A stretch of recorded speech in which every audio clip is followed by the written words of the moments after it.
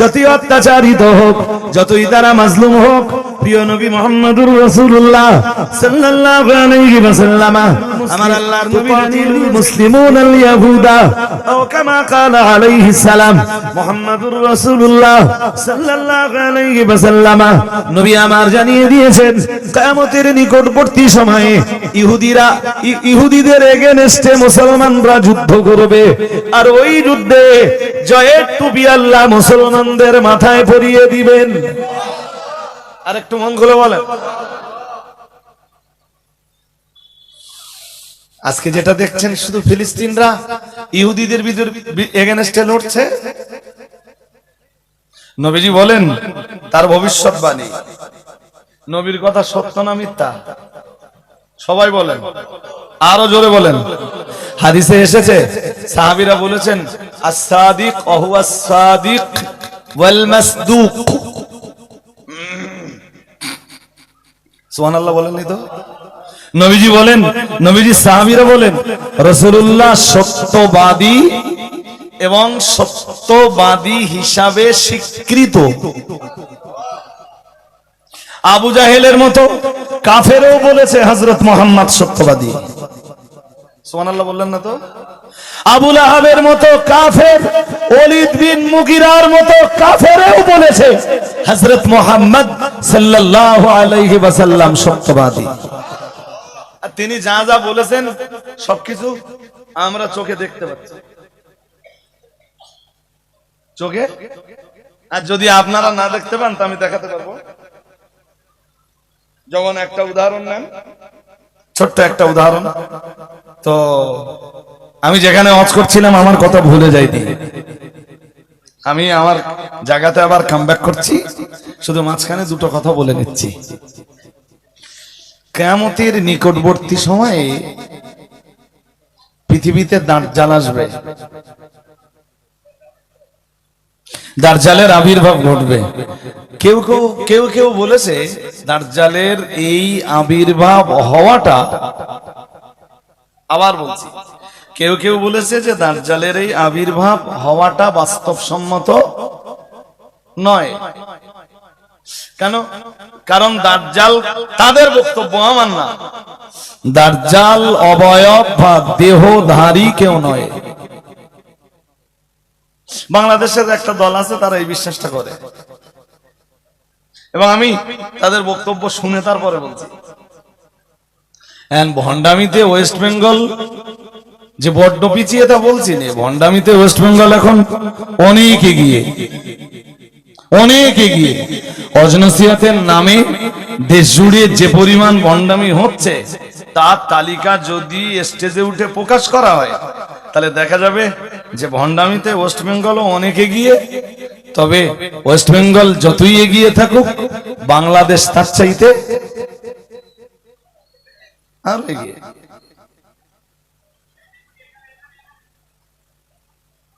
আর এগিয়ে যাওয়াটা অসম্ভব কিছু না, কারণ যে দেশের গভর্নমেন্ট হাসিনা, সে হতেই পারে সে দেশের কন্ডিশন। যে দেশের হাক্কানি আলেমরা জেল কাটে সে দেশে ভণ্ডামি বাড়তেই পারে।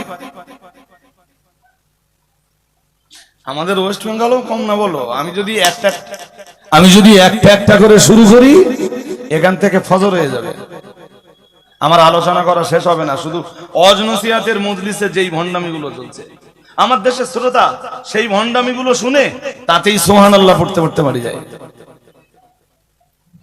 আমরা প্রতিবাদ করলে জনগণ ভাববে যে এরা স্টেজে উঠে শুধু কাঁটি দেয়,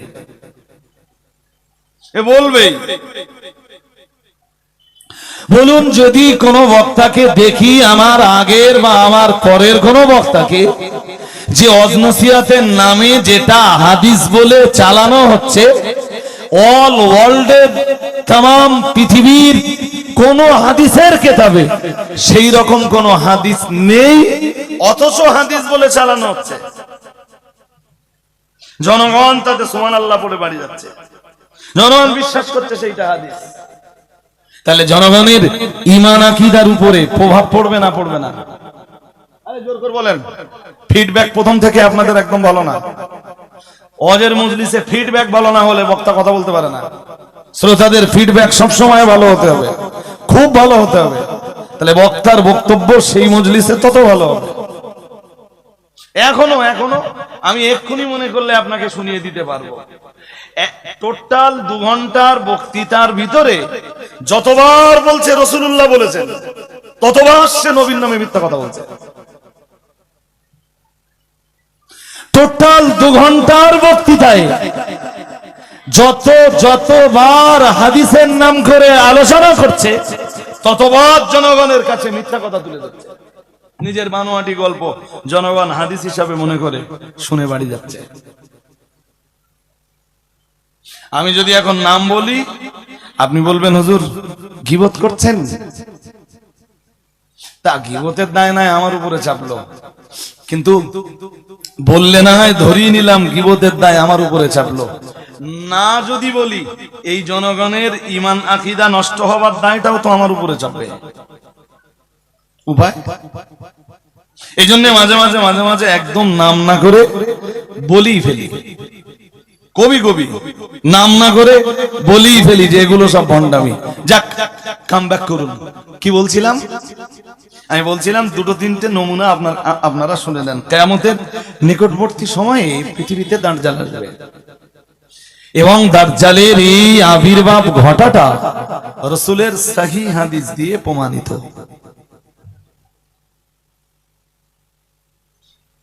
শুনছেন নাকি? কোন হাদিস দিয়ে? একদম দেয়ার ইজ নো ডাউট। দাজ্জাল কাল্পনিক কিছু না। আবার বলছি, দাজ্জাল কাল্পনিক কিছু না। সে পৃথিবীতে আসবে, 40 দিন থাকবে।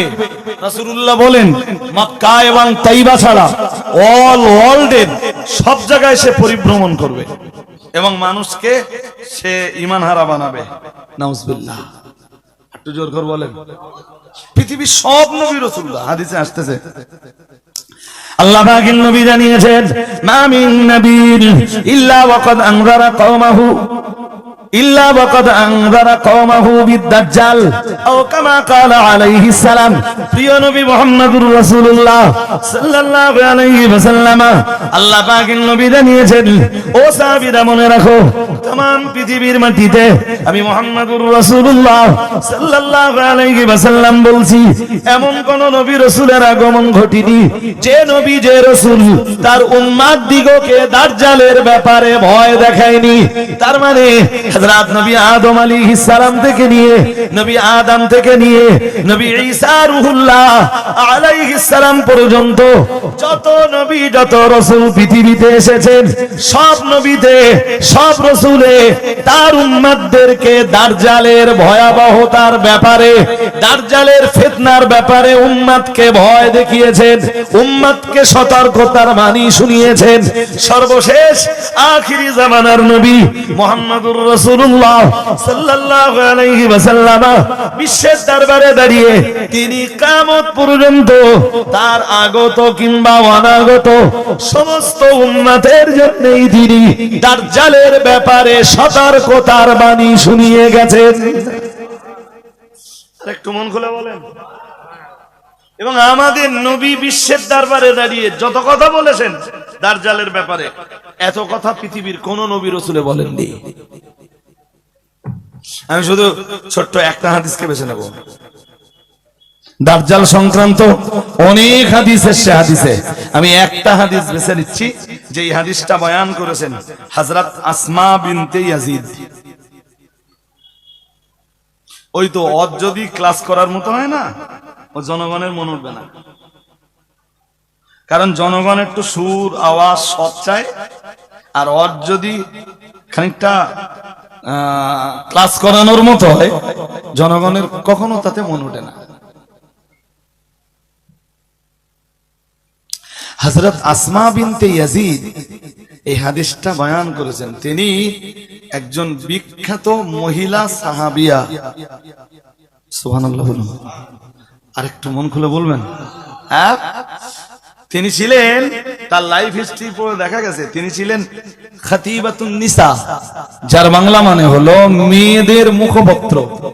তিনি পর্দা থেকে রসুলের কাছে যে নসিহতগুলো শুনতেন, সেই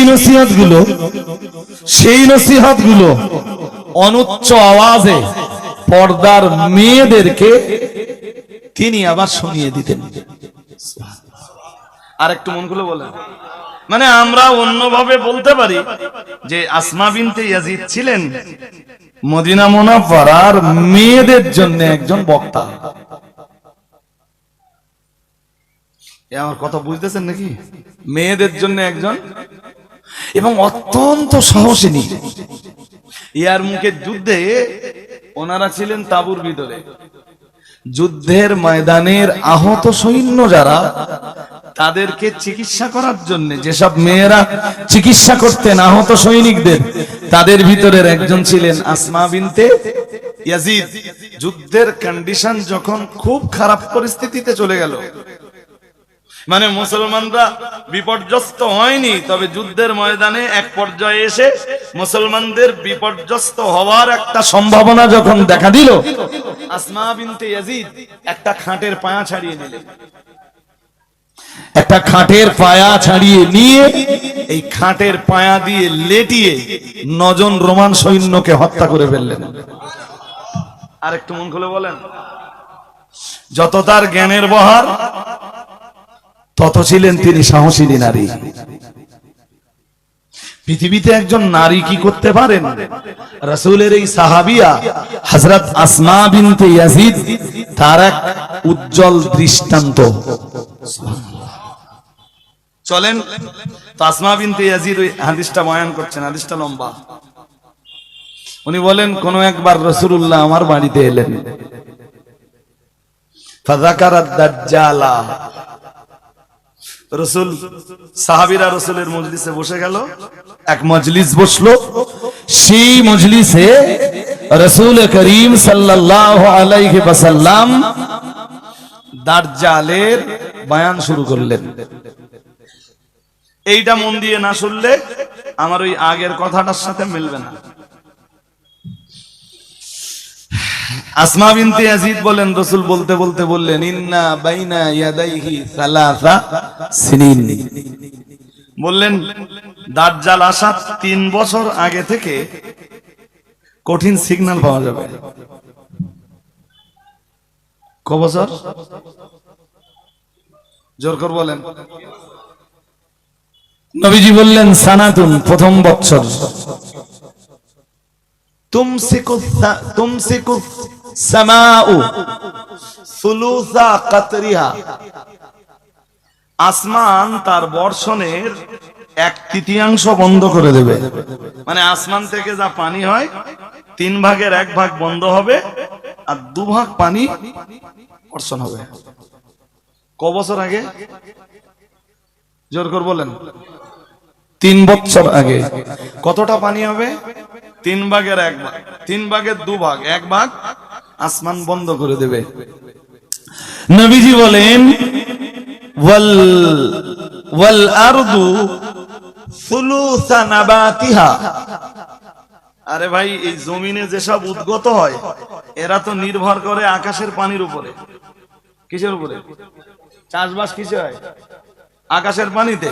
তা আকাশ যদি 3 ভাগ কমিয়ে দেয়, 3 ভাগের 1 ভাগ কমিয়ে দেয়, তো জমিনের ফসলও 3 ভাগের 1 ভাগ। ওইটা নবীজি আর একটু পরিষ্কার করে বললেন, ওয়াল আরদা সুলুসা নাবাতিহা। এটা দাজ্জাল আসার 3 বছর আগে ঘটবে। শুনছেন? ঠিক দ্বিতীয় বৎসর মানে দাজ্জাল আসবার 2 বছর আগে। ক বছর? দাজ্জাল আসবার 2 বছর আগে নবীজি বলেন, তুমসিকু সামাউ সুলুসাই কাতরিহা, আকাশ তার বর্ষণের 3 ভাগের 2 ভাগ বন্ধ করে দেবে। এবছর খুব পানি হয়েছে না? কিছু বলেন না কেন? জি জি, পানি কম হয়েছে? কমেনি তো? এ বাজি বলতে কম হয়েছে? মোটামুটি হয়েছে তো? তাহলে বুঝতে হবে যে দাজ্জাল আসার বছর এখনো। আসমা বিনতে ইয়াজিদের হাদিসগুলো, যত হাদিস সবগুলো যদি এক জায়গায় করা হয়, এটা তার জবানে বর্ণিত এক দুরন্ত হাদিস। আল্লাহ পাকের রাসূল জানিয়েছেন দাজ্জালের আগমনের ঠিক 2 বছর আগে আসমান তার বর্ষণের 2/3 বন্ধ করে দেবে, মানে 3 ভাগের 2 ভাগ বন্ধ করে দেবে, 1 ভাগ পানি আসমান থেকে বর্ষণ হবে। আল্লাহ পাকের রাসূল জানিয়েছেন আল্লাহ রাদা সুলুসাই নাবাতিহা আও কামা ক্বালা আলাইহিস সালাম। প্রিয় নবী মুহাম্মদুর রাসূলুল্লাহ সাল্লাল্লাহু আলাইহি ওয়াসাল্লাম জানিয়েছেন আসমান যখন 2 ভাগ বন্ধ করে দেবে, জমিনও 2 ভাগ বন্ধ করে দেবে। এই জমিনে যে সব শাকসবজি জন্মে, ধান গম উৎপাদন হয়, ধান গম উৎপাদন হয়, এক কথায় যা কিছু উৎপাদন হয়, মানে 3 ভাগের 2 ভাগ বন্ধ হয়ে যাবে, কেবল 1 ভাগ উৎপাদন হবে।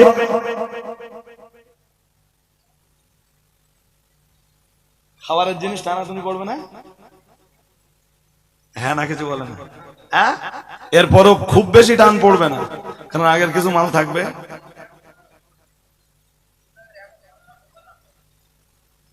2 ভাগ বন্ধ হয়ে যাবে, 1 ভাগ। হ্যাঁ, প্রথম থেকে মনে রাখতে হবে, ঠিক 3 বছর আগে কি হবে? 3 ভাগের 1 ভাগ বন্ধ হবে, 2 ভাগ আসমানও ছেড়ে দেবে, জমিনও ছেড়ে দেবে। ঠিক দাজ্জাল আসবার 2 বছর আগে 2 ভাগ করে বন্ধ হবে, আসমানও 2 ভাগ বন্ধ করে দেবে, জমিনও 2 ভাগ বন্ধ করে দেবে। আর ঠিক দাজ্জাল আসবার বছরে, শুনছেন নাকি? আসবার বছরে মিন্স তার আগের বছরে, ওই বছরটা শেষ হলেই দাজ্জাল আসবে। নবীজি বলতেছেন তুমসিকুস সামাউ, আকাশ বন্ধ করে দেবে। কি বন্ধ করে দেবে? কাতরাহা কুল্লাহু, আকাশ তার পূর্ণ বর্ষণ বন্ধ করে দেবে। আকাশ থেকে কোনো পানি হবে না, আকাশ থেকে কোনো। এরপরে আবার বলেন ওয়াল আরদ, জমিন কি করবে? জমিনও তার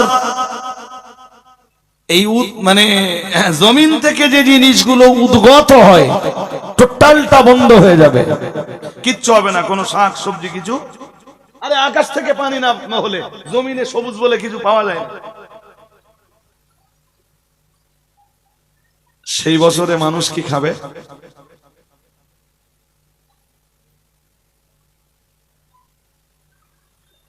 কিছু বলবেন তো?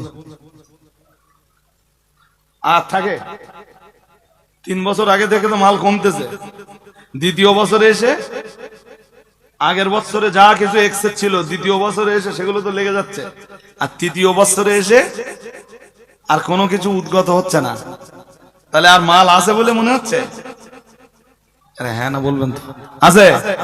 আচ্ছা কি খাবেন ওটা ওটা পরের কথা, কিন্তু তার আগে একটু বলবেন যে এই পর্যন্ত বলে রাসূল কি খাবে, সাহাবারা কি খাবেন, উম্মাত কি খাবে, সেই জমানার মানুষ কি খাবে, রাসূল ওই পর্যন্ত বলার পরে বলেননি, বলেছেন একটু পরে যখন সাহাবীরা জিজ্ঞেস করেছেন। নবীজি এর পরে বললেন ওয়া ইন্না মিন আশাদ্দি ফিতনাতিহি।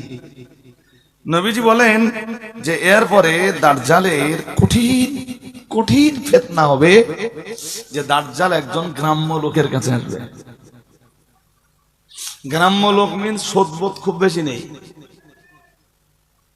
শোনেন, এই হাদিসগুলো সাধারণত জনগণের কাছে এইভাবে খুব কমই আলোচিত হয়।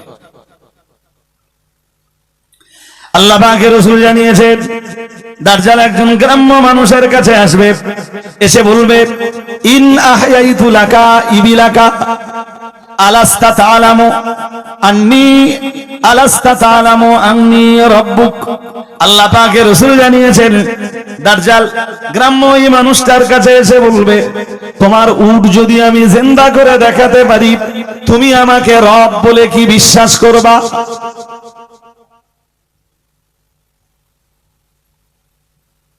শুনছেন না ঘুমাচ্ছেন? দাজ্জাল এসে বলবে যে তোর উট মারা গেছে না, বলবি ইয়েস, তাহলে ওইটা যদি আমি জিন্দা করতে পারি তুই কি আমার রব বলবি?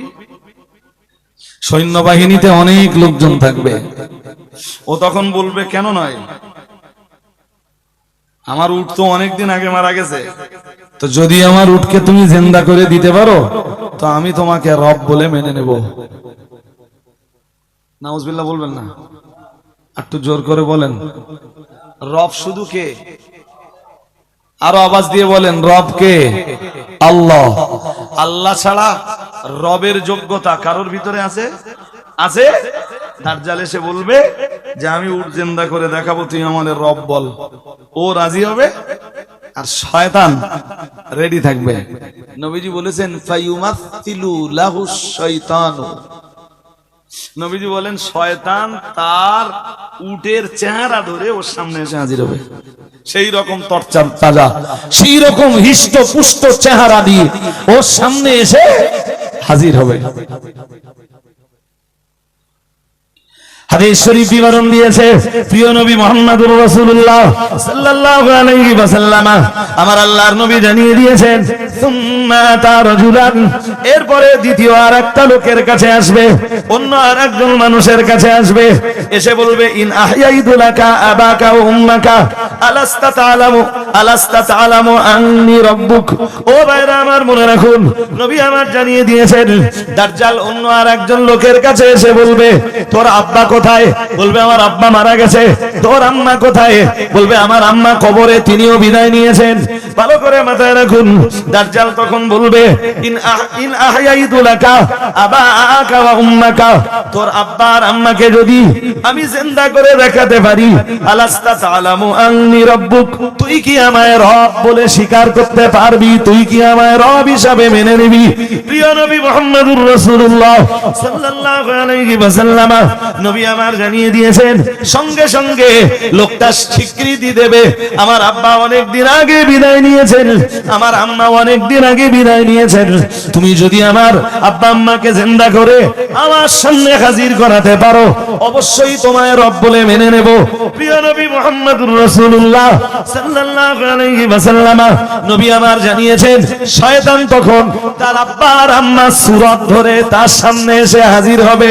বলুন নাউজুবিল্লাহ, আরো জোর আওয়াজে বলেন। আচ্ছা, এখান থেকে একটা শিক্ষণীয় কথা আগে জেনে নেন।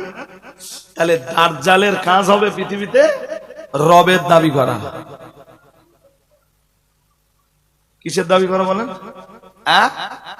সুতরাং কিয়ামত পর্যন্ত যে কেউ রব হওয়ার যদি দাবি করে আলটিমেটলি বুঝতে হবে সেটা দাজ্জাল। সেই দাজ্জাল সে তো এখন সমুদ্রের এক দ্বীপে বাঁধা।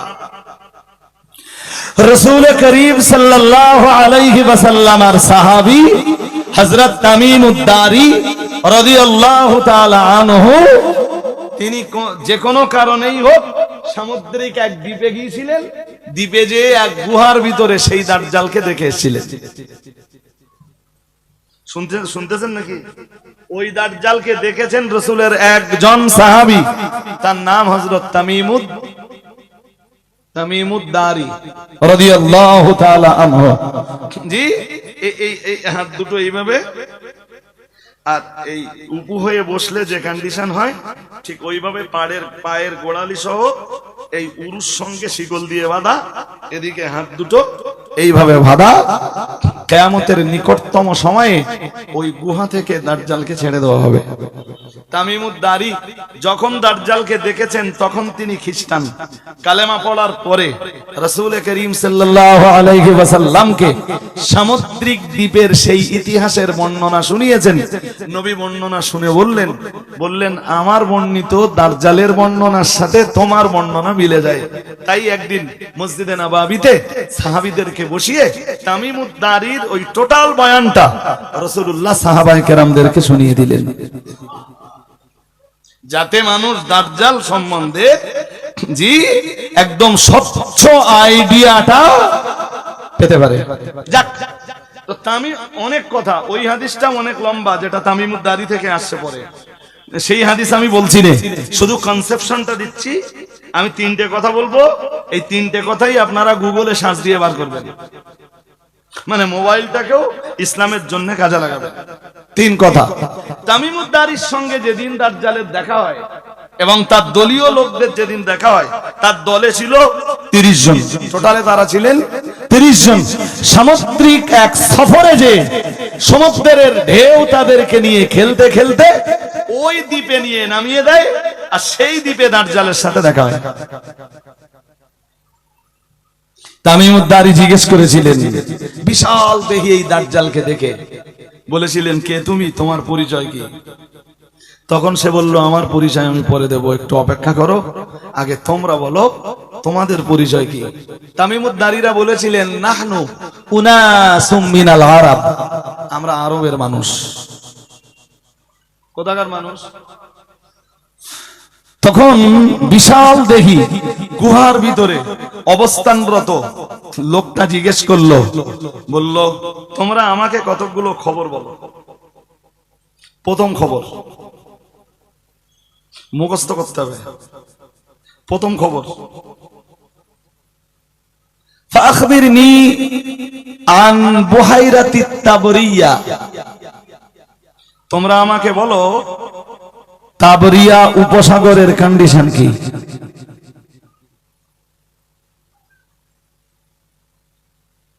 কি সাগর? তাবরিয়া সাগর নয়, উপসাগর, মানে সাগরের চেয়ে আরো ছোট। সাগরের চাইতে যেগুলো আরো বড় ওগুলো মহাসাগর, আর সাগরের চাইতে যেগুলো ছোট ওগুলো হলো বলেন উপসাগর। বললেন তাবরিয়া উপসাগরের কন্ডিশন কি? আপনারা যারা ভালো গুগল টুগল, এই বন্দুক বন্দুক নে বাড়ি যা বাড়ি চলে যা, বন্দুক নে, সব বন্দুক ধরতে শিখে গেছে।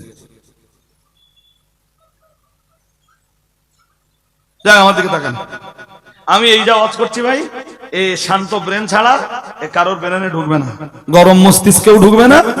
আর কেসা কাহিনী গল্প ইতিহাস হ্যান ত্যান 717 শোনার জন্য এলে তাদের ব্রেনেও সব যাবে না। জি বললো তাবরিয়া উপসাগরের পানির কন্ডিশন কি?